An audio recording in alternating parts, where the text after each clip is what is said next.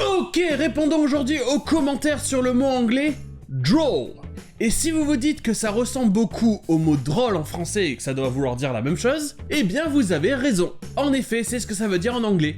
Quelque chose de drôle. C'est un synonyme de funny. To try to impress Miss Dawes. Yeah, very droll, but very wrong, actually. La seule vraie différence niveau sens avec funny, c'est que le mot droll peut vouloir dire que c'est un humour mordant, ou comme on dit aussi en français, un humour pince sans rire.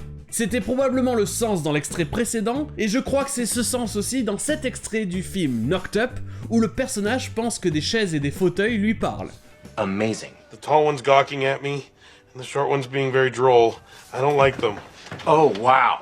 Mais surtout, l'autre différence avec funny, c'est que droll est super rare, et j'ai l'impression que c'est beaucoup plus soutenu. Et il y a une raison simple pour la ressemblance entre le mot droll et le mot drôle en français. C'est que les deux mots viennent de ce mot néerlandais, qui aurait un rapport avec le mot troll. Donc les Anglais ont décidé de prendre de ça le mot droll, et les Français de prendre le mot drôle.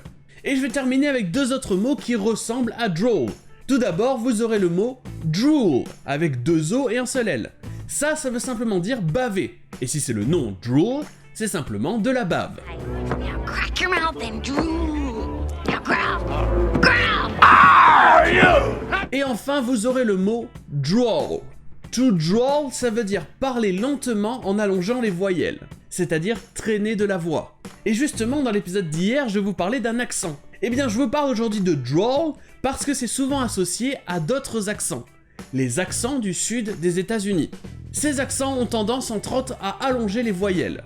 Et ça s'appelle le Southern Drawl. Ça veut dire beaucoup de petites choses, mais je vais essayer de vous donner un exemple précis. En utilisant le personnage de Tommy Lee Jones dans le film No Country for Old Men. Il a un Southern Drawl assez prononcé, et ça va donner, comme dans cet extrait, que les mots on et dog vont donner avec le Southern Drawl des sons qui vont faire quelque chose comme on et dog. Des sons beaucoup plus longs. Tentez de les repérer dans cet extrait. And this went on until, here I quote, neighbors were alerted when a man ran from the premises wearing only a dog collar. Et sur ce, je vous dis à demain.